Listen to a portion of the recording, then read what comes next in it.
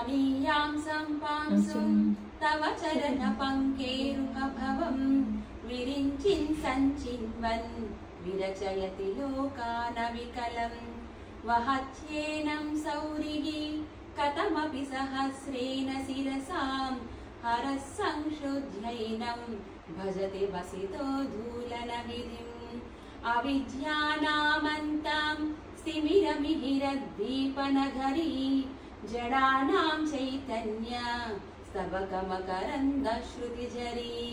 दरिद्राणां चिन्तामणिगुणनिका जन्मजलधौ निमग्नानां दंष्ट्रां मुररिपुवराहस्य भवति त्वदन्यः पाणिभ्याम् अभयवरदो दैवतगणः त्वमेका नैवासि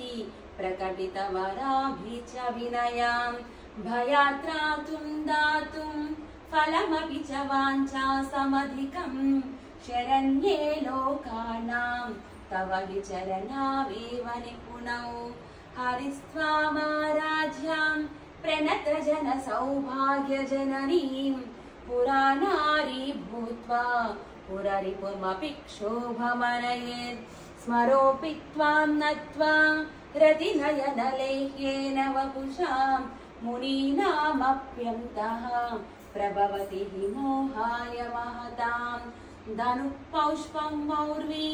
मधुकरमयी पञ्चविसिकाः वसन्तः सामन्तो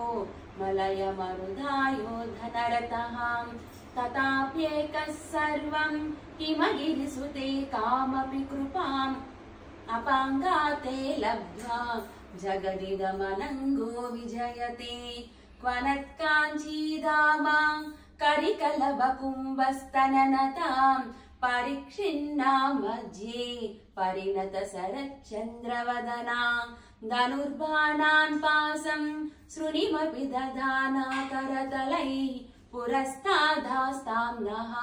पुरमतितुराहो पुरुषिकाम् महिमूलाधारे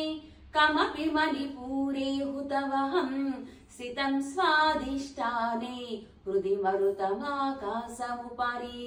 मनोऽपि भ्रूमध्ये सकलमपि भित्त्वा कुलपतं सहस्रारे पद्मे सहरहसि पद्या विहरसि सुधाधारासारैः चरणयुगलान्तर्विगलितैः प्रपञ्चं सिञ्चन्ति पुनरपि असाम्नाय महसहम् अवाप्यस्त्वां भूमिं भुजगनि भवज्जुष्टवलयं स्वमात्मानं कृत्वा स्वपिशुकुलकुण्डे कुहरिणी।